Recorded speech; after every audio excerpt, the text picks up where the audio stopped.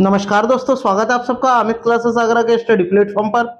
इस क्लास में हमने जैव विविधता और पर्यावरण संरक्षण के जितने भी प्रश्न परीक्षा में पूछे गए हैं वो सभी इसमें शामिल हुए हैं दोस्तों।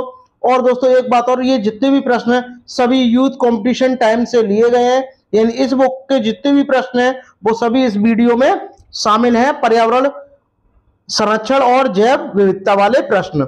तो बिल्कुल देरी ना करते हुए बने रहिए मेरे साथ इस वीडियो में एंड तक। और हाँ, जितने भी भाई बहनों ने अभी तक चैनल को सब्सक्राइब नहीं किया हुआ है वो प्लीज चैनल को सब्सक्राइब और बेल आइकन को प्रेस जरूर करें। तो चलिएगा दोस्तों, स्टार्ट करते हैं। बात करते हैं दोस्तों प्रश्न नंबर फर्स्ट की। देखिएगा, बहुत ही ज्यादा महत्वपूर्ण प्रश्न है। इसमें आपसे क्या बोला गया है, WWF से आशय है। बताइए WWF से क्या आशय है, आपको पता होना चाहिए। WWF होता क्या है, सबसे पहले आपको यह पता होना चाहिए, ठीक है। और दूसरी बात है, ये कौन से संगठन के अंतर्गत आता है, इसकी स्थापना कब हुई थी, बताइएगा। WWF की सबसे पहले आपको फुल फॉर्म पता होना चाहिए, वो क्या है आपकी वर्ल्ड वाइल्ड लाइफ फंड। तो आपकी ऑप्शन जो सी है वो करेक्ट हो जाएगी, वर्ल्ड वाइल्ड लाइफ फंड है दोस्तों। और बात करते हैं इसकी स्थापना कब हुई थी, इसकी स्थापना 1962 में हुई थी। और किसके द्वारा स्थापना हुई थी, IUCN के द्वारा इसकी स्थापना दोस्तों हुई थी दोस्तों। तो चलिएगा दोस्तों आगे बढ़ते हैं। इतनी जानकारी इसके लिए बहुत ही ज्यादा महत्वपूर्ण है, ये जानकारी ही ज्यादातर पूछी जाती है पेपरों में। तो चलिएगा स्टार्ट करते हैं। नेक्स्ट बात करते हैं प्रश्न नंबर सेकंड की। संकटग्रस्त जंतु दैत्याकार पांडा कहा जाता है। बताइए, संकटग्रस्त जंतु दैत्याकार पांडा कहा जाता है, ये आपको कमेंट करके बताना है। बताइए कहां पाया जाता है, कमेंट करिए। ऑस्ट्रेलिया में पाया जाता है, भारत में, चीन में या ब्राजील में, कमेंट करके मुझे बताइएगा। ये कहां पाया जाता है दोस्तों, चीन में पाया जाता है दोस्तों। ये आपको पता होना चाहिए, बहुत ही ज्यादा इंपॉर्टेंट है। चलिएगा आगे बढ़ते हैं। बात करते हैं प्रश्न नंबर 3 की। निम्नलिखित में से किसमें सर्वाधिक जैव विविधता पाई जाती है। बताइए जैव विविधता, ये 4 आपको ऑप्शन दिए गए हैं। सर्वाधिक जैव विविधता कहां पाई जाती है, चीतोष्ण पर्णपाती वन बायोम में, उष्ण कटिबंधीय सदा वर्षा वन बायोम में, शीतोष्ण घास प्रदेश बायोम में, या सवाना बायोम में। कमेंट करके मुझे बताइएगा कि सबसे ज्यादा जैव विविधता कहां पाई जाती है, कमेंट करिएगा ज्यादातर। हाँ करेक्ट ऑप्शन जो आपका बी है, उष्ण कटिबंधीय सदाबहार वर्षा वन में क्या पाती है, सबसे ज्यादा जैव विविधता पाई जाती है। ठीक है दोस्तों, और ये ऐसे वन है दोस्तों कि यहाँ दक्षिण और उत्तर के लगभग 28 डिग्री के भीतर इसमें क्या टेम्परेचर होता है दोस्तों, ठीक है। और ये एशियाई, ऑस्ट्रेलिया, अफ्रीका, दक्षिणी अमेरिका, मध्य अमेरिका और प्रशांत महाद्वीपों में भी पाए जाते हैं दोस्तों। चलिएगा आगे बढ़ते हैं। बात करते हैं प्रश्न नंबर 4 की, मोस्ट इंपोर्टेंट है। चिपको आंदोलन के प्रणेता है। बताइए चिपको आंदोलन जो हुआ था उसके प्रणेता कौन कौन है, ये आपको बताना है। कमेंट करके मुझे बताइएगा कौन कौन है। हेमवती नंदन बहुगुणा, सुंदरलाल बहुगुणा, मदर टेरेसा या महात्मा गांधी, कमेंट करके मुझे बताइएगा। तो आपका राइट आंसर क्या हो जाएगा, ऑप्शन बी हो जाएगा। सब जानते हैं चिपको आंदोलन सुंदरलाल बहुगुणा ने के द्वारा हुआ था। और ये जो आंदोलन था वो वृक्षों को काटने के लिए था, वृक्ष जो काटे जा रहे थे उसके खिलाफ था दोस्तों। और इसकी कब आया था, ये 1973 में आया था। और 1973 में ही आपकी टाइगर योजना आई थी। ठीक है दोस्तों, ये भी आपको ध्यान में रखना है। और ये कहां हुआ था, उत्तराखंड के चमोली नामक जिले में हुआ था दोस्तों। चलिएगा आगे बढ़ते हैं। बात करते हैं प्रश्न नंबर 5, प्रोजेक्ट टाइगर। अभी अभी मैंने आपको बताया प्रोजेक्ट टाइगर 1973 में आया था, तुरंत आपने पता लगा लिया कि 1973 में क्या आया था, प्रोजेक्ट टाइगर आया था। अब आप मुझे कमेंट करके ये बताइएगा कि टाइगर दिवस कब मनाते हैं, बताइएगा, कमेंट करिएगा। हाँ 29 जुलाई को टाइगर दिवस मनाते हैं दोस्तों, ठीक है। और प्रोजेक्ट टाइगर आपका कब आया था, 1973 में आया था। बट आप मुझे बताइएगा कि प्रोजेक्ट शेर जो योजना है, जो परियोजना है, ये कब आई थी, कमेंट करके मुझे बताइएगा कब आई थी। बात करते हैं प्रश्न नंबर 6 की। किस जगह के फ्लोरा और फौना, फना लिख दिया है, ये फौना होगा, ठीक है, कभी कभी फना भी आ जाता है, सूचित करता है। बताइए, देखिए फना का मतलब क्या होता है, जंतु होता है। क्या होता है, जंतु होता है। जबकि फ्लोरा का मतलब क्या होता है, पेड़ पौधे होते हैं। क्या होते हैं, पेड़ पौधे होते हैं दोस्तों। तो ये भी आपको ध्यान में रखना है। तो फ्लोरा क्या सूचित करे, मछलियां करता नहीं है, मछलियां काट दिया, पक्षी होंगे नहीं। कौन सा हो जाएगा, ऑप्शन जो ये है वो आपका करेक्ट हो जाएगा दोस्तों, ठीक है, चलिएगा आगे बढ़ते हैं, बात करते हैं प्रश्न नंबर 7 की। देखिएगा, किसके नेतृत्व में चिपको आंदोलन को बल दिया गया, बताइए किसके नेतृत्व में दिया गया था, कमेंट करके मुझे बताइएगा कि किसके नेतृत्व में चिपको आंदोलन को बल दिया गया था। सुंदरलाल बहुगुणा, अमृता देवी बिश्नोई, मेधा पाटेकर या के.एन. बनर्जी, बताइएगा। तो आपका राइट आंसर चिपको आंदोलन, अभी भी मैंने आपको बताया सुंदरलाल बहुगुणा, ठीक है दोस्तों। और सुंदरलाल बहुगुणा आप इसका राइट आंसर हो जाएगा। वही बात करते हैं दोस्तों आपका ये मेधा पाटेकर, मेधा पाटेकर का संबंध जो है ये किससे है, ये नर्मदा बचाओ आंदोलन से है, नर्मदा बचाओ आंदोलन से है मेधा पाटेकर का, ठीक है। और मेधा पाटेकर के साथ एक और है, वो आपको बताना है किस, इनके साथ एक और थे, कमेंट का, हाँ बाबा आमटे, क्या थे, बाबा आमटे, आमटे ये थे। एक और था अपीको आंदोलन, अपीको आंदोलन के प्रणेता कौन है, ये आपको कमेंट करके मुझे बताना है। अभी अभी मैंने आपसे पूछा था, कमेंट करके मुझे बताओ कि प्रोजेक्ट शेयर कब आया था, ये 1972 में आया था, यानी टाइगर से 1 साल पहले आ गया था, ठीक है। चलिएगा आगे बढ़ते हैं, बात करते हैं प्रश्न नंबर 8 की।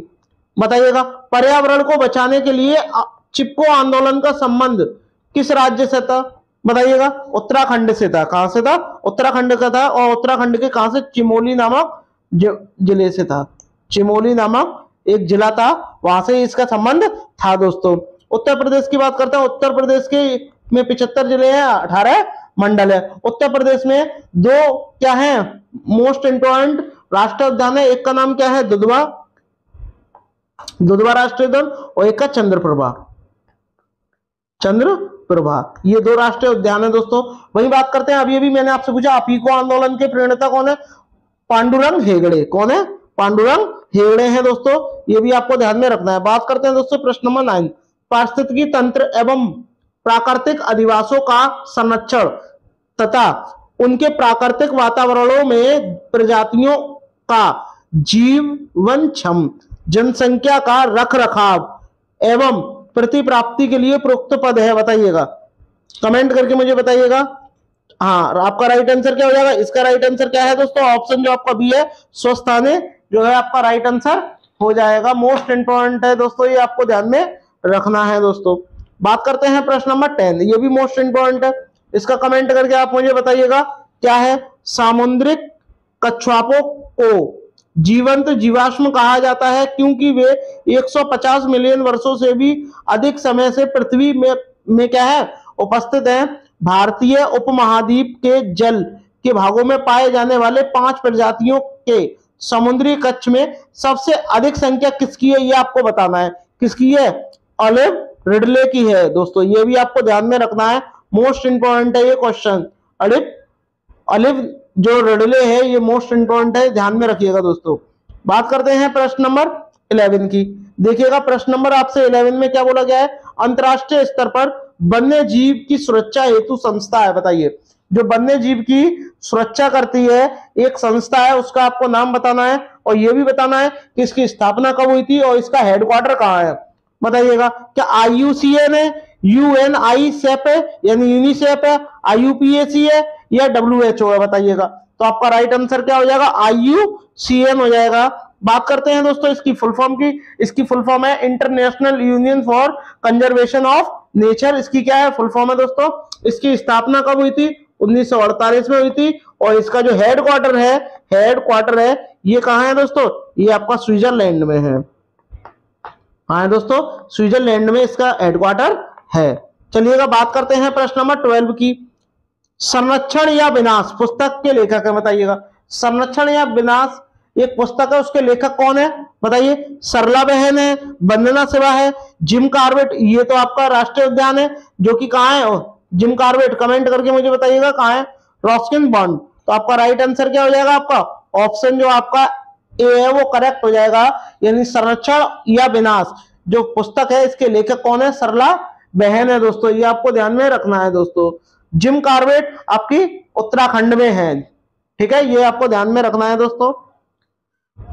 बात करते हैं प्रश्न नंबर 13 की। इसमें आपसे क्या बोला गया, पर्यावरण एवं वन मंत्रालय भारत सरकार द्वारा पर्यावरण के क्षेत्र में दिया जाने वाला एक पुरस्कार है, उसका आपको नाम ये बताना है कौन सा है। पर्यावरण मित्र, पर्यावरण श्री, तरु मित्र या वृक्ष मित्र। कमेंट करके मुझे बताइएगा कि पर्यावरण के क्षेत्र में एक पुरस्कार दिया जाता है, उसका नाम क्या है। उसका राइट आंसर क्या हो जाएगा, वृक्ष मित्र, यानी जो आपका ऑप्शन जो डी है वो आपका करेक्ट हो जाएगा दोस्तों। ठीक है, इसकी शुरुआत जो थी वो किसने की थी, इंदिरा गांधी ने की थी। ठीक है दोस्तों, बात करते हैं प्रश्न नंबर 14। रेड डाटा बुक में सम्मिलित है, बताइए रेड डाटा बुक में क्या सम्मिलित है, ये आपको बताना है, और ये कौन जारी करता है और इसकी स्थापना कब हुई थी ये भी आपको बताना है। कमेंट करके मुझे बताइएगा कौन कौन से जीव आते हैं इसमें रेड डाटा बुक में। देखिए रेड डाटा बुक में कौन से जीव आते हैं, विलुप्त के कगार पर है, ठीक है, अति संकटग्रस्त है, सुवेद है, संकटापन्न है, ठीक है, या कम चिंतनीय, ये सारे क्या है रेड डाटा बुक में आते हैं। तो विलुप्त हो रहे जीव ये भी आ जाएगा, आपत्तिग्रस्त आ जाएगा, और इनमें से कोई नहीं, बताइएगा। जबकि ये चारों हैं इसमें से, अब चारों हैं तो आप कौन सा लगाओगे बताइए, सुवेद जीव तो होगा नहीं, बताइए सिर्फ सुवेद, हाँ, लेकिन ये दोनों जो हैं वो इसी के अंतर आ रहे हैं। सुवेद का मतलब ही क्या होता है, जो विलुप्त हो रहे हैं, तो आपका क्या हो जाएगा, ऑप्शन जो आपका ए है वो करेक्ट हो जाएगा दोस्तों। और ये IUCN के द्वारा इसकी स्थापना की गई थी। ठीक है, अब ये भी मैंने आपको इसकी फुल फॉर्म भी बताई थी, international union for conservation of nature. इसकी स्थापना कब हुई थी, 1964 में हुई थी। ठीक है, यानी रेड डाटा बुक, इसकी नहीं, रेड डाटा बुक की बात कर रहे हैं, 1964 में हुई थी। जबकि इसकी कब हुई थी, इसकी तो 1948 में हुई थी। ठीक है, ये भी आपको ध्यान में रखना है दोस्तों। चलिएगा आगे बढ़ते हैं, बात करते हैं प्रश्न नंबर 15 की। देखिएगा, अभ्यारण्य का संबंध निम्नलिखित में से किससे है, बताइएगा।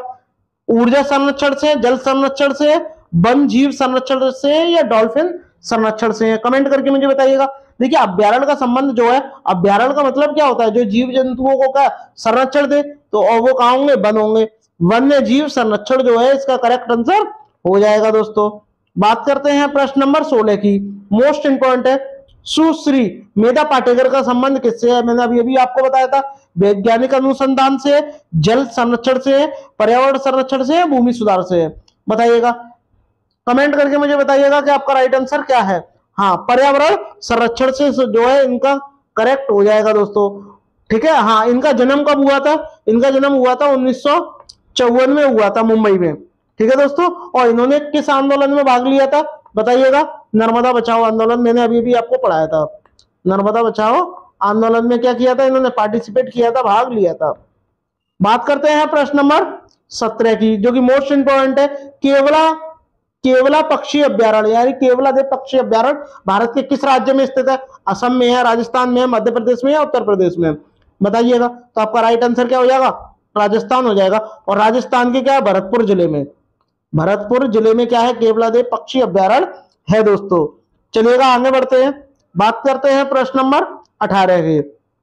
देखिएगा इसमें क्या बोला है, पौधे और जंतुओं की संकटग्रस्त प्रजातियों को प्रदर्शित करने के लिए IUCN, अभी अभी मैंने आपको पढ़ाया था, IUCN international union for conservation of nature की निम्न पुस्तक तैयार है, बताइएगा। इनमें से कौन सी पुस्तक है, श्वेत data book, red data book, नील डाटा बुक, या इनमें से कोई नहीं। अभी अभी मैंने आपको बताया कौन सी है, रेड डाटा बुक है। इसकी स्थापना कब हुई थी, 1964 में ये आई थी दोस्तों।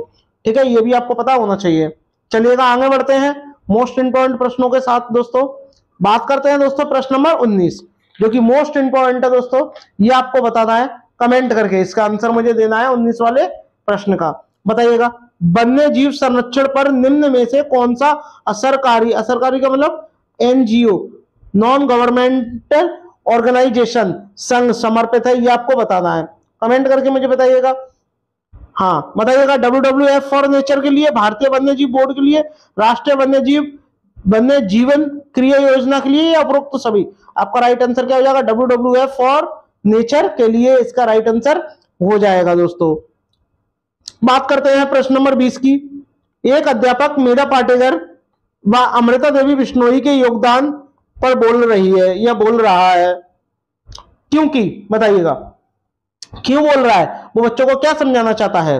दोनों का संबंध जल संरक्षण से है, दोनों महिलाएं सशक्तिकरण आंदोलन से संबंध है, दोनों के आंदोलन पर्यावरण मुद्दों पर है, दोनों ने चिपको आंदोलन को आगे बढ़ाया। चिपको आंदोलन को मेधा पाटेकर ने आगे नहीं बढ़ाया था, किसने बढ़ाया था? सुंदरलाल बहुगुणा ने आगे बढ़ाया था। लेकिन चिपको आंदोलन हुआ आपका, अपीको आंदोलन हुआ आपका, और एक आपका नर्मदा बचाओ आंदोलन हुआ। ये सारे पर्यावरणीय मुद्दे हैं, तो आपका राइट आंसर क्या हो जाएगा? पर्यावरणीय मुद्दे पर बताना चाहती हैं, तो आपका ऑप्शन जो सी है वो करेक्ट हो जाएगा। करते हैं दोस्तों प्रश्न नंबर 21 की। इसमें आपसे क्या बोला? रेड डाटा बुक में सम्मिलित है, क्या क्या सम्मिलित है? विलुप्त हो रहे जीव भी है, सुवेद जीव भी है, आपत्तिग्रस्त जीव भी है। अभी इससे पहले जो प्रश्न था उसमें जीव नहीं था, तो ये क्या हो जाएगा? उपरोक्त सभी जो है वो करेक्ट हो जाएगा, और उस वाले ऑप्शन में उपरोक्त सभी भी नहीं था। ठीक है, तो आपका ऑप्शन जो डी है दोस्तों वो करेक्ट हो जाएगा, उपरोक्त सभी। रेड डाटा बुक में यही आते हैं। ठीक है, इसकी स्थापना IUCN करता है, ये भी आपको पता होना चाहिए दोस्तों। आगे बढ़ते हैं, बात करते हैं प्रश्न नंबर 22 की। जब ध्रुव में भूमध्य रेखा की ओर बढ़ते हैं, जब ध्रुव में भूमध्य रेखा की ओर जब हम बढ़ते हैं तो जैव विविधता क्या होती है? बढ़ती है, घटती है, स्थिर रहती है? इनमें से कोई नहीं। बताइएगा कैसी रहती है? जब हम ध्रुवों की ओर बढ़ते हैं तो ध्रुवों की तरफ और ज्यादा जैव विविधता पाई जाती है, तो जैव विविधता क्या होती है? बढ़ती है। तो आपका ऑप्शन जो आपका ए है वो करेक्ट हो जाएगा दोस्तों। चलिएगा आगे बढ़ते हैं, नेक्स्ट बात करते हैं प्रश्न नंबर 23 की। इसमें आपसे क्या बोला? सामाजिक वानिकी का उद्देश्य है। बताइए सामाजिक वानिकी का क्या उद्देश्य है? पर्यावरणीय, सामाजिक एवं ग्रामीण विकास में मदद के उद्देश्य से वनों का प्रबंध करना, ये भी ठीक है। ग्रामीण क्षेत्रों में चकबंदी, नहीं गलत हो गया, वन्य प्राणी चारागाह का विकास, तो आपका ऑप्शन जो आपका ए है वो करेक्ट हो जाएगा। सामाजिक वानिकी यानी समाज में वनों का क्या करना? प्रबंध करना, यही क्या होता है? सामाजिक वानिकी होता है। बात करते हैं प्रश्न नंबर 24 की। चिपको आंदोलन के जनक गौरा देवी भी थे और सुंदरलाल बहुगुणा भी थे। ठीक है, द्वारा चिपको आंदोलन किस गांव में चलाया गया था? बताइएगा। आपको मैंने बताया था चिपको आंदोलन जो था आपका कहां था? उत्तराखंड के चिमोली नामक जिले में चलाया गया था, लेकिन जिले में भी एक गांव था, वो आपको बताना है। तो उस गांव का नाम क्या है? बताइएगा। सबसे पहले बात करते हैं, ये उत्तराखंड में चलाया गया था। उत्तराखंड में, ये भी पूछा जा सकता है। अब उत्तराखंड के किस जिले में? चिमोली में चलाया गया था। ठीक है, चिमोली में। इसके बाद ये किस गांव में चलाया गया था? तो रेणी गांव। क्या नाम था इसका? रेणी गांव। तो ये आपको 3 प्रश्न इससे बन सकते हैं, तीनों आपको ध्यान में रखना है। तो आपका ऑप्शन जो आपका ए है वो करेक्ट हो जाएगा, रेणी गांव में चलाया गया था दोस्तों। ठीक है, मोस्ट इंपॉर्टेंट है दोस्तों, ये आपको ध्यान में रखना है। बात करते हैं प्रश्न नंबर 25 की। तरुण भारत संघ के राजेंद्र प्रसाद, जिसे क्या बोलते हैं? जल पुरुष कहा जाता है। राजेंद्र सिंह को क्या है? जल पुरुष कहा जाता है दोस्तों। को किस कार्य के लिए मैग्नेस पुरस्कार दिया गया? बताइए। जल पुरुष के नाम से जाना जाता है, तो जल संरक्षण के लिए ही दिया गया होगा। तो आपका ऑप्शन जो आपका ए है वो करेक्ट हो जाएगा दोस्तों। बात करते हैं प्रश्न नंबर 26 की। ये आपको बताया निम्नलिखित में से कौन सा भारत के 3 जैव विविधता हॉटस्पॉट में से एक है? बताइए। ये 3 दिए गए, इनमें से आपको बताना है। वैसे भारत में कुल कितने हॉटस्पॉट है? 4 हैं। उन चारों के आपको नाम भी पता होना चाहिए, कौन कौन से। पहला है आपका हिमालय क्षेत्र, हिमालय क्षेत्र। दूसरा है आपका इंडो बर्मा, इंडो बर्मा। ठीक है, तीसरा है आपका पश्चिमी घाट, पश्चिमी घाट। और ये आपका जो चौथा है वो आपका क्या है? Sundaland, Sundaland. ये 4 हॉटस्पॉट है। तो अब आपको बताना अरावली है नहीं है, खासी हिल है नहीं है, इनमें से कोई नहीं। कौन सा? हिमालय। तो आपका ऑप्शन जो सी है दोस्तों वो करेक्ट हो जाएगा दोस्तों। बात करते हैं प्रश्न नंबर 27 की। देखिएगा, इसमें आपसे बोला निम्नलिखित में से कौन सा रामसर घोषणा की सूची में नम क्षेत्र नहीं है? ये आपको बताना है, कमेंट करके मुझे बताइएगा। नम क्षेत्र नहीं है यानी जो रामसर जो वो आपका साइट है उसमें शामिल नहीं है। बताइए। देखो, बुलर झील भी शामिल है, और बुलर झील आपकी कहाँ है? आपकी जम्मू कश्मीर में है दोस्तों। केवला देव अभी भी मैंने आपको पढ़ाया था भरतपुर में है, और भरतपुर कहाँ? राजस्थान में है दोस्तों। वही बात करते हैं रुद्र सागर झील। अब आपको बताना है जो रुद्र सागर झील है ये कहाँ है? ये आपका राजमंद झील। तो आपका राइट आंसर जो हो जाएगा ऑप्शन जो डी है वो करेक्ट हो जाएगा, क्योंकि रामसर सूची में ये शामिल नहीं है। ठीक है दोस्तों, वही बात करते हैं रुद्र सागर जो झील की, ये कहाँ है आपकी? ये आपकी त्रिपुरा में है। कहाँ है दोस्तों? त्रिपुरा में है। तो चलिएगा दोस्तों आगे बढ़ते हैं। आई होप आपको वीडियो अच्छी लग रही होगी, तो सभी भाई बहन एक बार शेयर और सब्सक्राइब जरूर करें। चलिएगा आगे बढ़ते हैं, बात करते हैं नेक्स्ट प्रश्न की। प्रश्न नंबर 28। विश्व भूगर्भ जल दिवस देखिए एक होता है जल दिवस, एक होता है आपका जल दिवस, और जल दिवस आपका कब मनाया जाता है दोस्तों? आप कहोगे सर 22 मार्च को। कब मनाया जाता है? 22 मार्च को मनाया जाता है। इस ट्रिक को आप इस तरीके से भी ट्रिक का पता लगा सकते हैं, क्योंकि होली पर होली हम किससे खेलते जाता है? जल से खेलते हैं, तो जल की कमी आ जाती है, और जब जल की कमी आ जाती है तो उसी, और होली मार्च के महीने में आती है, तो जल का संबंध आप होली से बना सकते हो। जल दिवस कब बनता है आपका? कब बनता है? 22 मार्च को मनाया जाता है। वही बात करते हैं भूगर्भ जल दिवस, ये आपका अलग हो जाएगा। भूगर्भ जल दिवस कब मनाते हैं? 10 नवंबर को, 10 जनवरी को।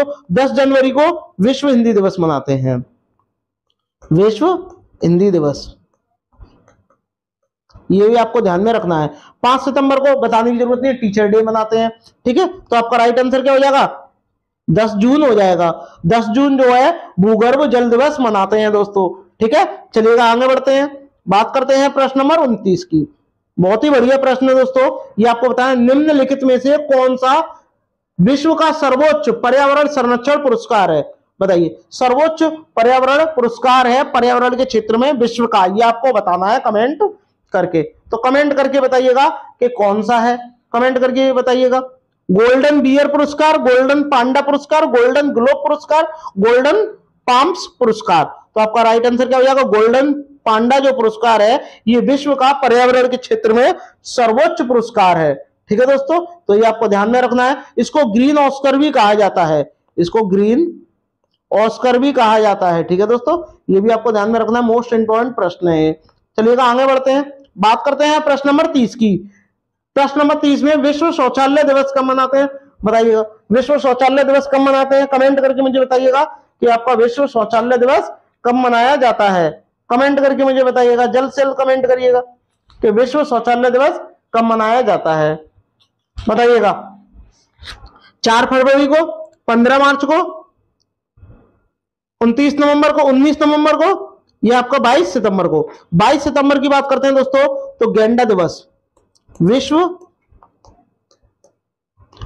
गेंडा दिवस जो है कब मनाया जाता है दोस्तों? 22 सितंबर को मनाया जाता है। वही बात करते हैं दोस्तों 19 नवंबर की, तो 19 नवंबर में आपका कौन सा शौचालय दिवस मनाया जाता है? तो आपका राइट आंसर क्या हो जाएगा? ये आपका हो जाएगा प्रश्न नंबर, वो क्वेश्चन नंबर, आंसर जो है आपका ऑप्शन सी जो है वो करेक्ट हो जाएगा। वही बात करते हैं दोस्तों 15 मार्च की।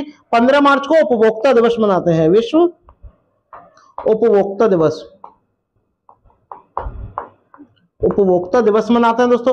4 फरवरी की बात करते हैं, कमेंट करके बताइएगा, विश्व कैंसर दिवस, विश्व कैंसर दिवस जो है वो 4 फरवरी को मनाया जाता है दोस्तों।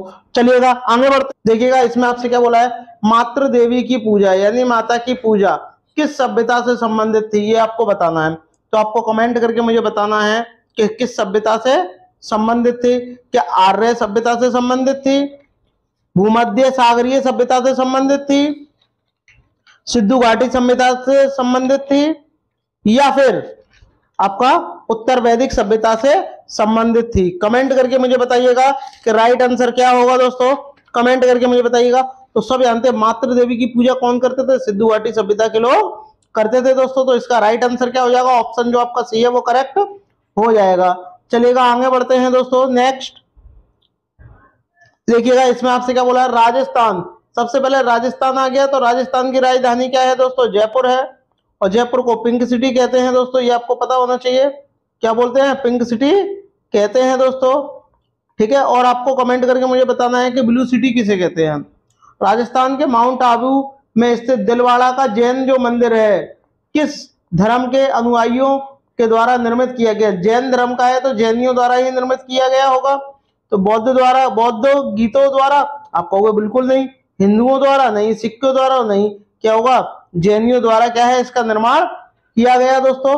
राजस्थान के एकमात्र, आपका एकमात्र नहीं है तो कईयों हैं, लेकिन कुछ जो है जो इंपॉर्टेंट है वहां के राष्ट्रीय उद्यान, जैसे कि एक आपका होता है केवला देव, केवला देव है, ये भी मोस्ट इंपॉर्टेंट है, ये आपको ध्यान रखना है। दूसरा होता है आपका रणथंभौर, रणथंभौर जो है ये भी राष्ट्रीय उद्यान बहुत ज्यादा इंपॉर्टेंट है, ये आपको ध्यान में रखने हैं दोस्तों। चलिएगा सरिस्का राष्ट्रीय उद्यान ये भी है। चलिएगा आगे बढ़ते हैं, नेक्स्ट गीत गोविंद किसकी कीर्ति है? कमेंट करके मुझे बताइएगा कि गीत गोविंद जो है किसकी कीर्ति है? कमेंट करके मुझे बताइए, क्या राजा राव की है, कालिदास की है, कल्लड़ की है, जयदेव की है? तो आपका राइट आंसर क्या हो जाएगा? ए। जो गीत गोविंद है ये किसकी है? जयदेव की कीर्ति है दोस्तों। चलिएगा आगे बढ़ते हैं। नेक्स्ट देखिएगा, इसमें आपसे क्या बोला गया है? शिवाजी, शिवाजी का राज्याभिषेक कब हुआ? बताइएगा कमेंट करके कि शिवाजी का जो राज्याभिषेक है ये कब हुआ था। कमेंट करके मुझे बताइएगा कि शिवाजी का राज्याभिषेक कब हुआ था। सबसे पहले आपको पता होना चाहिए कि शिवाजी का जन्म कब हुआ था। शिवाजी का जन्म आपका हुआ था 20 अप्रैल 1627 में क्या शिवाजी का जन्म हुआ था। और इनकी 53 वर्ष की उम्र में ही क्या मृत्यु हो गई थी। और जब इनकी मृत्यु हुई थी तब ये कब हुई थी इनकी मृत्यु? 1680 में इनकी मृत्यु हुई थी। ये आपको ध्यान में रखना है। लेकिन बात हो रही है यहाँ राज्याभिषेक की, तो कब हुआ था राज्याभिषेक? 1674 में क्या इनका राज्याभिषेक हुआ था। तो आपका ऑप्शन जो आपका बी है वो करेक्ट हो जाएगा दोस्तों। आई होप आपको वीडियो अच्छी लग रही होगी। अगर अच्छी लग रही हो तो सभी भाई बहन लाइक शेयर सब्सक्राइब जरूर करें दोस्तों। चलिएगा आगे बढ़ते हैं। नेक्स्ट इसमें आपसे क्या बोला है देखिएगा, अकाल तख्त। अकाल तख्त का मतलब क्या होता है ये पहले आपको पता होना चाहिए। इसका मतलब होता है ईश्वर का सिंहासन। क्या होता है? ईश्वर का सिंहासन होता है। का निर्माण करता इनमें से सिख गुरु थे। बताइए, सिख गुरु थे और वो आपको बताने कौन थे? क्या गुरु नानक थे, गुरु हरगोविंद थे, गुरु तेग बहादुर थे, या गुरु रामदास थे? तो आपका राइट आंसर क्या हो जाएगा? गुरु हरगोविंद थे दोस्तों। ये आपको ध्यान में रखना है। चलिएगा आगे बढ़ते हैं। नेक्स्ट देखिएगा, इस प्रश्न में आपसे क्या बोला गया है? भारत के समुद्रीय मार्ग की खोज किसने की? भारत के समुद्रीय मार्ग की खोज किसने की? कमेंट करके मुझे बताइएगा। यानी समुद्र के रास्ते भारत की खोज की। Vasco D gamma, Columbus, Magellan, या हेनरी द नेविगेटर? कमेंट करके मुझे बताइएगा कि आपका राइट आंसर क्या होगा। और भारत के समुद्री मार्ग की खोज तो की, बट किधर से की ये भी आपको बताना है दोस्तों। पूर्वी घाट से की थी या आपके पश्चिमी घाट से की थी? तो आपको मैं बता दूं ये कहां से की थी। पूर्व ये आपकी पश्चिमी घाट से की थी। कहां से की थी दोस्तों? पश्चिमी घाट से की थी दोस्तों। पश्चिमी घाट। और पश्चिमी घाट किस जगह ये भी आपको बताना है। कहाँ पश्चिमी घाट? बताओ कमेंट करके मुझे बताओ कहाँ पश्चिमी घाट? कालीकट नाम का एक बंदरगाह है। क्या? कालीकट नाम का बंदरगाह। और वहां से क्या इसकी खोज की थी दोस्तों। और कब की थी? 1600। बताओ बताओ कमेंट करके बताओ, 1600 या 1400? बताओ। तो आपका इसका राइट आंसर क्या हो जाएगा? 20 मई 1498 में क्या इसकी खोज की थी। अब खोज की थी तो कि कौन से रास्ते से की थी ये भी आपको पता होना चाहिए। ये मैंने आपको बता दिया, कालीकट बंदरगाह से की थी। किस घाट से की थी? पश्चिमी घाट से की थी। और किसने की थी ये आपको पता होना चाहिए। किसने की थी? वास्को डी गामा ने की थी। कोलंबस की बात करते हैं, इसने अमेरिका की खोज की थी। इसने अमेरिका की खोज की थी कोलंबस ने। लेकिन भारत की खोज किसने की थी? वास्को डी गामा ने की थी। तो इसके बारे में इतना जो है आपको ध्यान में रखना है। चलिएगा नेक्स्ट देखिएगा, इसमें आपसे क्या बोला गया है? बहुत ही बढ़िया प्रश्न। भारत में पहली अंग्रेजी व्यापारिक कंपनी कहाँ खोली गई? बताइए, भारत में पहली अंग्रेजी व्यापारिक कंपनी कहाँ खोली गई? इंग्लिश ईस्ट इंडिया कंपनी ये कब खोली गई? तो आपको पता होना चाहिए 1611 में ये वाली कंपनी खोली गई थी दोस्तों। और हाँ, ये कहाँ खोली गई थी? सूरत में खोली गई थी। कहाँ? सूरत में खोली गई थी दोस्तों। ठीक है, सूरत में खोली गई थी। ये भी आपको पता होना चाहिए। तो आपका राइट आंसर क्या हो जाएगा दोस्तों? राइट आंसर क्या हो जाएगा आपका? कमेंट करके मुझे बताइएगा कि राइट आंसर क्या होगा आपका। आप बोलोगे सूरत ही हो जाएगा। क्यों? क्योंकि ऑप्शन बी जो है आपका सूरत में दिया हुआ है। मुंबई होगा नहीं, मुंबई आपका होगा नहीं दोस्तों। ठीक है, चलिएगा आगे बढ़ते हैं। नेक्स्ट ये आपको बताना है, बेगम हजरत महल, जो आपका बेगम हजरत महल है 1857 की क्रांति में किस स्थान से संबंधित रही हैं? बताइए, क्या लखनऊ से रही हैं, कानपुर से रही हैं, बनारस से रही हैं, इलाहाबाद से रही हैं? इलाहाबाद को ही ईश्वर का निवास स्थान कहते हैं। ईश्वर का निवास स्थान, ईश्वर का निवास स्थान, निवास जो आपका स्थान है ये किसको कहते हैं? प्रयागराज को कहते हैं। प्रयागराज यानी इलाहाबाद को कहते हैं दोस्तों। ये आपको पता होना चाहिए। कानपुर को राष्ट्रीय राजमार्गों का चौराहा, राष्ट्रीय राजमार्गों का चौराहा कहते हैं, ये भी आपको पता होना चाहिए। बट आपका राइट आंसर क्या हो जाएगा, ए हो जाएगा, लखनऊ हो जाएगा। और लखनऊ ही क्या है, आपकी यूपी की राजधानी है। इसे ही हम नवाबों का शहर भी कहते हैं, नवाबों का शहर भी हम लखनऊ को कहते हैं। ठीक है, ये भी आपको पता होना चाहिए दोस्तों। चलिएगा आगे बढ़ते हैं नेक्स्ट प्रश्न की ओर। प्रश्न नंबर 9 देखिएगा, आपसे इसमें क्या बोला है, गांधी जी के द्वारा क्रियान्वित प्रथम सत्याग्रह जो नील किसानों से संबंधित रहा है, इसमें से यानी इससे जुड़ा स्थल कौन सा है, ये आपको बताना है। ये आपके ऑप्शन लिखे गए हैं, आपको बताना है कि कौन सा स्थान जो है वो इससे जुड़ा हुआ है। तो आप मुझे कमेंट करके मुझे बताइएगा कि आपका राइट आंसर क्या होगा। बताइए, कमेंट करके मुझे बताइएगा, क्या चंपारण जुड़ा है, चोरी चौरा घटना जुड़ी है, बारदौली या साबरमती घटना जुड़ी है? कमेंट करके मुझे बताइएगा क्या जुड़ा हुआ है। तो आप बोलोगे इसका राइट आंसर क्या हो जाएगा, चंपारण जुड़ा हुआ है, यानी आपका जो ऑप्शन ए है वो करेक्ट हो जाएगा दोस्तों। चलिएगा आगे बढ़ते हैं नेक्स्ट। समाचार पत्र केसरी का संपादन किसने किया? कमेंट करके मुझे बताइएगा इसका राइट आंसर क्या होगा। कमेंट करके मुझे बताइएगा कि इसका राइट आंसर क्या होगा, कि जो आपका समाचार पत्र का नाम केसरी है, इसका संपादन किसने किया था? जीके घोषले ने किया था, बीजी तिलक ने किया था, सरदार पटेल ने किया था, राजा राम मोहन ने किया था? कमेंट करके मुझे बताइएगा किसने किया था। तो आपका राइट आंसर क्या हो जाएगा, बाल गंगाधर तिलक, यानी बीजी तिलक आपका राइट आंसर हो जाएगा। और कब किया था ये, 1881 में इसका संपादन किया था दोस्तों, ये आपको पता होना चाहिए। और ये जो है इसकी शुरुआत कहाँ से हुई थी, ये आपको कमेंट करके मुझे बताना है कि इसकी शुरुआत कहाँ से हुई थी। चलिएगा आगे बढ़ते हैं नेक्स्ट। इसमें आपसे बोला है दांडी यात्रा की शुरुआत महात्मा गांधी ने कहां से की थी? ये प्रश्न भी आपको पता होना चाहिए कि दांडी की जो यात्रा है वो महात्मा जी ने कहां से शुरू की थी। और जो दांडी की यात्रा है ये जो है आपकी कब से कब तक चली थी, ये भी आपको पता होना चाहिए। ये आपकी 12 मार्च 1930 से कब तक चली थी, 6 अप्रैल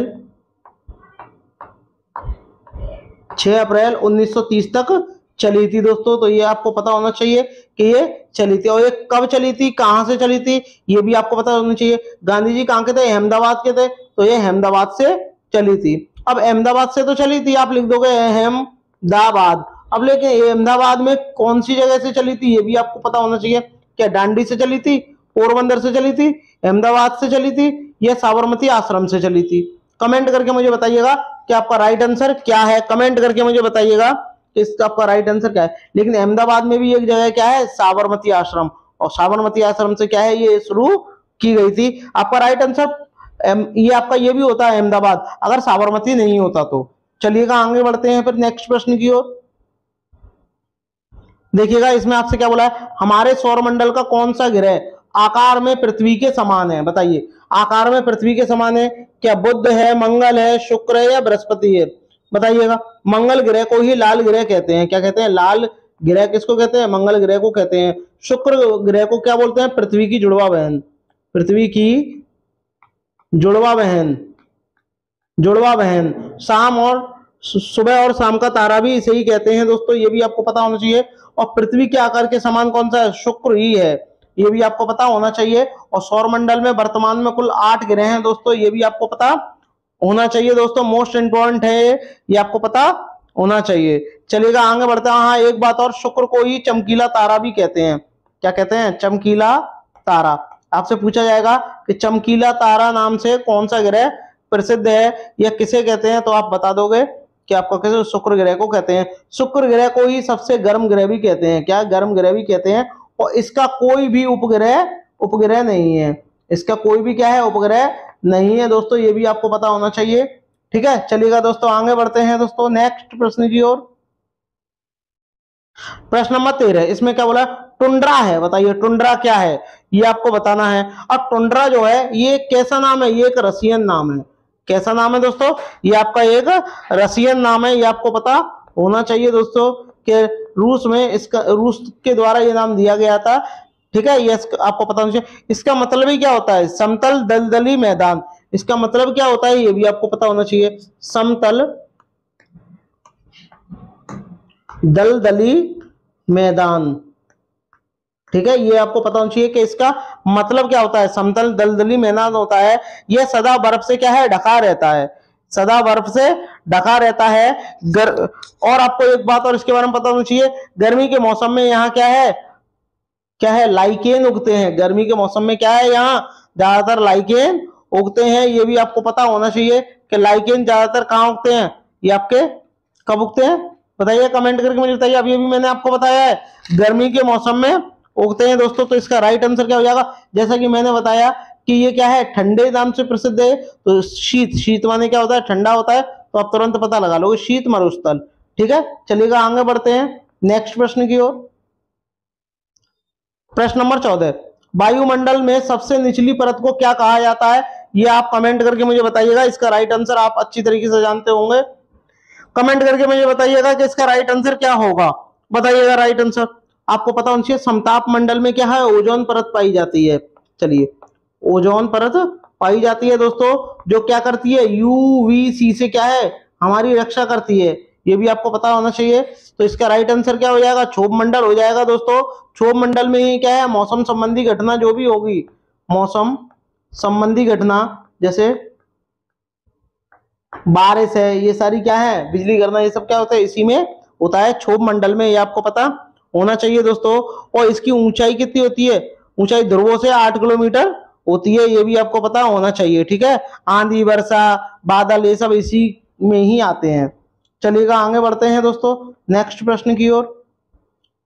प्रश्न नंबर 15, इसमें क्या बोला, भारत का सबसे ऊंचा पठार, बताइए भारत का सबसे ऊंचा पठार कौन सा है, क्या दक्कन का पठार है, छोटा नागपुर का पठार है, लद्दाख का पठार है, या बघेल खंड का पठार है। कमेंट करके मुझे बताइएगा कि सबसे ऊंचा पठार किसका है और जिसकी ऊंचाई कितनी है, ये भी मैं अभी आपको बताऊंगा।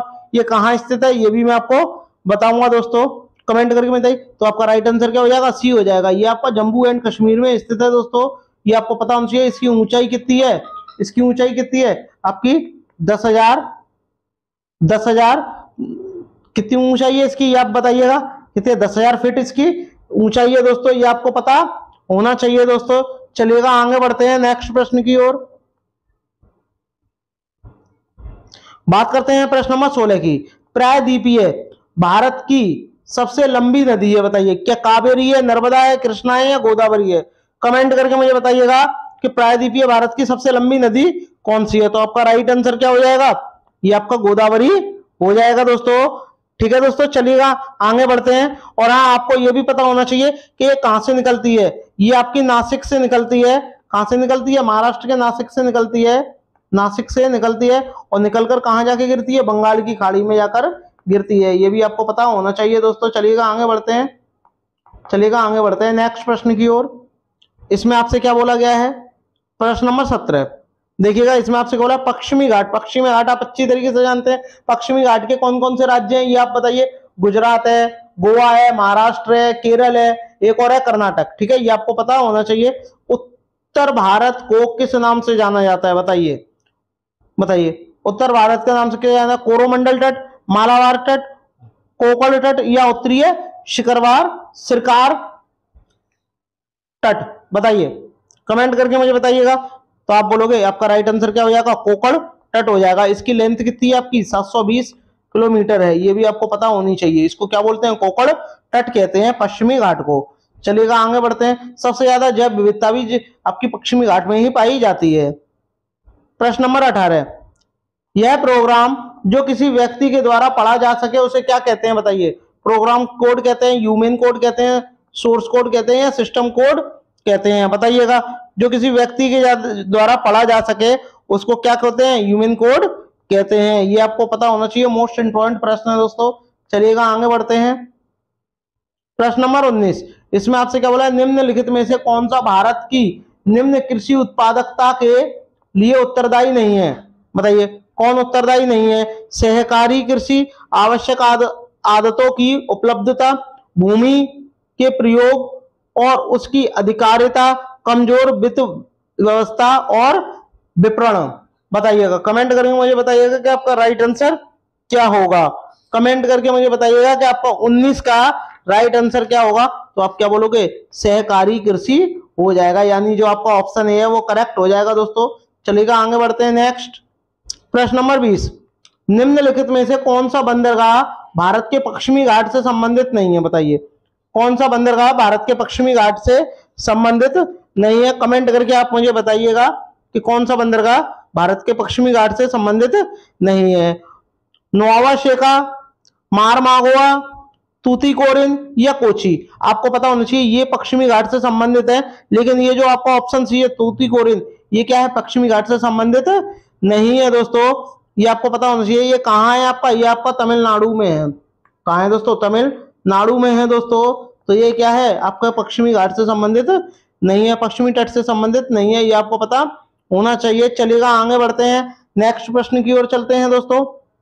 प्रश्न नंबर 21, इसमें आपसे क्या बोला? दिल्ली में सर्दियों के समय वर्षा होती है। अब दिल्ली में सर्दियों के समय वर्षा होती है तो इसका क्या कारण है, ये आपको बताना है। बताइए क्या कारण है? दक्षिण पश्चिम मानसून, उत्तर पूर्व मानसून, संवहनीय वर्षा या पश्चिमी विक्षोभ? तो आपका राइट आंसर क्या हो जाएगा? पश्चिमी विक्षोभ जो है वो आपका राइट आंसर हो जाएगा दोस्तों। चलिएगा आगे बढ़ते हैं, बात करते हैं प्रश्न नंबर 22 की। सामूहिक उपभोग का अर्थ है, बताइए सामूहिक उपभोग का अर्थ क्या है? ये आपको कमेंट करके मुझे बताना है कि सामूहिक उपभोग का क्या अर्थ है। क्या घरेलू खपत है, व्यक्तिगत खपत है, स्वयं खपत है या देश के नागरिक द्वारा की गई खपत? कविता नहीं होगी, खपत होगी। क्या होगी? खपत। बताइएगा कमेंट करके मुझे बताइएगा कि आपका राइट आंसर क्या होगा। तो क्या हो जाएगी? सामूहिक मतलब घरेलू खपत। ठीक है, ये आपको पता होना चाहिए। इसका ऑप्शन जो आपका ए है वो करेक्ट हो जाएगा दोस्तों। चलिएगा आगे बढ़ते हैं, प्रश्न नंबर 23, राष्ट्रीय आय को और किस नाम से जाना जाता है? जो आपकी राष्ट्र की आय है इसको आप दूसरे किस नाम से और जान सकते हो, ये आपको बताना है। तो बताइएगा कमेंट करके कि आप किसके नाम से जान सकते हो राष्ट्रीय आय को दूसरे किसी नाम से। तो बताइएगा कमेंट करके मुझे बताइएगा। जीएनपी साधन लागत, जीएनपी बाजार कीमत पर, जीएनपी साधन लागत पर, जीएनपी एनएनपी साधन लागत पर और एनएनपी बाजार कीमत पर। बताइएगा कि आपका राइट आंसर क्या है दोस्तों।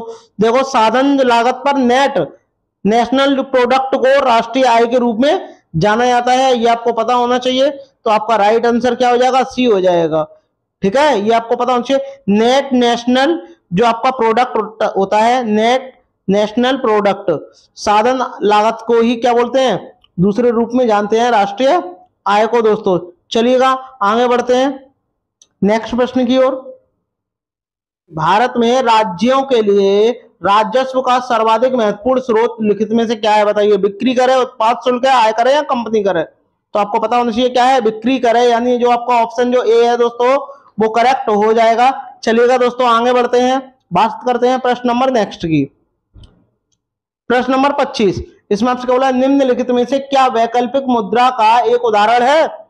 बताइए वैकल्पिक मुद्रा का एक उदाहरण है। कमेंट करके मुझे बताइएगा कि आपका राइट आंसर क्या होगा।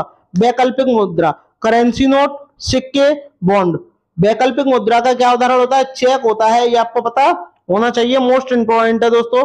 चलिएगा आगे बढ़ते हैं नेक्स्ट प्रश्न की ओर, प्रश्न नंबर 26। अब प्रश्न नंबर 26 में आपसे क्या बोला गया है ये आप देखिएगा, कमेंट करके मुझे बताइए निम्नलिखित में से किस पंचवर्षीय योजना में वास्तविक विकास दर लक्षित विकास दर से कम है? बताइए 8वीं पंचवर्षीय योजना, चौथी, 5वीं या 7वीं? तो आपका राइट आंसर क्या हो जाएगा? चौथी पंचवर्षीय योजना के अनुसार है। चलिएगा दोस्तों आगे बढ़ते हैं नेक्स्ट। तो बताइएगा दोस्तों प्रश्न नंबर 27 का आंसर क्या होगा। इसमें आपसे क्या बोला गया है बताइएगा। संविधान किस स्थिति को पूर्णतः बनकर तैयार हुआ था, ये आपको बताना है। तो पूर्णतः बनकर कब तैयार हुआ था, लागू कब हुआ था, ये भी आपको बताना है। तो पूर्णतः बनके कब वो तैयार हुआ था, और बनने से पहले भी इसका गठन हुआ होगा। तो गठन कब हुआ था इसका, ये आप उसका हुआ था 29 अगस्त 1947 को। क्या हुआ था दोस्तों? 1947 को इसका गठन हुआ था। ये किसकी डेट है दोस्तों? गठन की। किसकी है कि इसका गठन हुआ था। बट पूर्णतः बनकर कब तैयार हुआ था ये भी आपको पता होना चाहिए। ये कब बनकर तैयार हुआ था? 26 नवंबर 1949 को बनकर यह तैयार हो गया था, पूरा पूरा बन गया था, बट अभी लागू नहीं हुआ था। बट इसमें पूछा है पूर्णतः बनकर कब तैयार हुआ था, तो आपका ऑप्शन सी हो जाएगा। बट यहाँ आपसे पूछता है कि लागू कब हुआ था, तो लागू कब हुआ था आपका 26 जनवरी 1950 को क्या हुआ था दोस्तों, ये लागू हो गया था पूरे भारतवर्ष में दोस्तों। तो चलिएगा दोस्तों आगे बढ़ते हैं नेक्स्ट प्रश्न की ओर। प्रश्न नंबर 28, भारत में राजनीतिक शक्ति का प्रमुख स्रोत क्या है बताइए। भारत में राजनीतिक शक्ति का प्रमुख स्रोत क्या है बताइए। भारत की जनता, संविधान, संसद और राज्य की विधायिकाएं। बताइए कमेंट करके क्या होगा इसका राइट आंसर। इसका राइट आंसर मुझे बताइए क्या होगा, बताइए। भारत एक प्रजातांत्रिक देश है, ये आपको पता होना चाहिए। इसकी समस्त शक्ति का स्रोत क्या है, जनता में ही निहित है। किसमें, जनता में ही निहित है। तो भारत की जनता इसका जो है राइट आंसर हो जाएगा दोस्तों। क्यों, क्योंकि भारत एक प्रजातांत्रिक देश है, प्रजा के हिसाब से चलता है। चलिएगा आगे बढ़ते हैं। प्रश्न नंबर 29, शिक्षा शब्द किससे संबंधित है बताइए। संघ सूची, राज्य, समवर्ती या अवशिष्ट विषय। बताइए शिक्षा जो है किस सूची में आती है, और बताइए। तो आपको पता होना चाहिए अनुसूची, अनुसूची जो आपकी 7 है, 7 में क्या है, समवर्ती सूची में वर्णित है। अनुसूची आपकी 7 में संघ सूची में संवरित है दोस्तों, ये आपको पता होना चाहिए। और एक बात और आपको पता होना चाहिए, इसमें एक बात और आपको पता होना चाहिए कि इसमें कौन कौन आते हैं संवर्ती सूची में।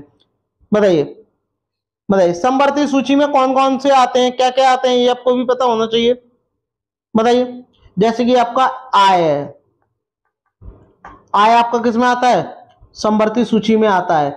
जनसंख्या के मामले ये आपके किस में आते हैं, ये भी आपके इसमें आते हैं। ऐसे और भी मामले हैं जो आपके संवर्ती सूची में आते हैं दोस्तों।